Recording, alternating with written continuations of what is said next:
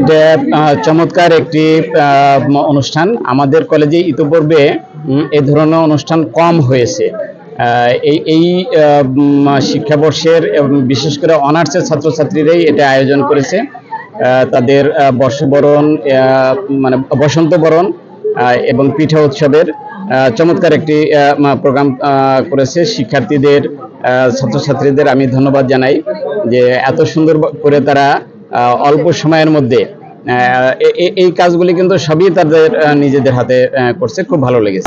আমাদের ঐতিহ্য অনেক কিছুই হারিয়ে গেছে।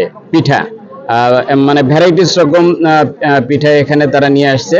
অর্থাৎ গ্রামে এক সময় আমরা যে ধরনের পিঠাগুলি খেতাম, এখন দেখছি যে শহরে তারা বানিয়ে নিয়ে আসছে। এটা ভালো লাগছে। শিক্ষার্থীদেরকে উৎসাহিত করার জন্য তো আমরা সবসময় শিক্ষার্থীদের পাশে আছি এবং এই কৃতজ্ঞ যে তারা টিচার্স ট্রেনিং কলেজের মুখ উজ্জ্বল করার জন্য এবং অন্যান্য প্রতিষ্ঠানে যে হয় এবং আমরাও যে নাই আমার শিক্ষার্থীরা 3 দিন ব্যাপী পরিশ্রম করে তাদের মেধা মননশীলতা সবাই স্বতঃস্ফূর্তভাবে আমরা অংশগ্রহণ করব এই আশাবাদ ব্যক্ত করে এই অনুষ্ঠানের মঙ্গল কামনা।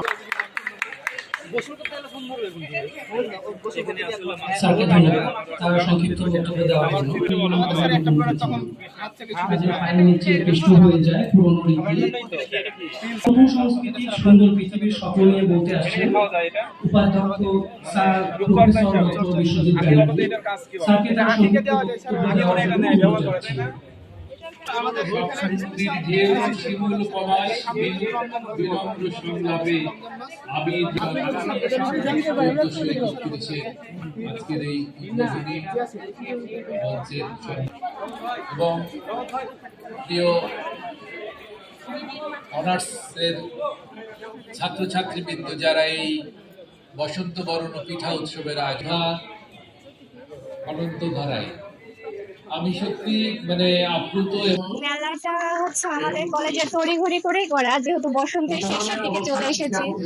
আর এই মুহূর্তে বলতে গেলে কালকে থেকে অনেক এক্সাইটেড ছিলাম আর অনেক ভালো লাগতেছে। নিজেদের হাতে বানিয়ে পিঠা নিয়ে এসে নিজেরা সেল করতেছে।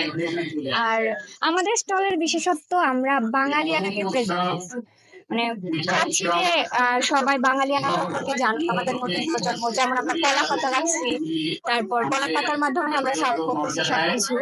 আবার আমাদের ডেকোরেশন গুলো বাঙালিয়ানা ভাবে করা হচ্ছে। আসলে আমাদের ওই আজকের মেলার বিষয়টা হলো আমরা বাংলার যে হারিয়ে যাওয়া এই ঐতিহ্যটাকে আবার লালন করে ধারণ করে আবার ফিরিয়ে আনার চেষ্টা করেছি এবং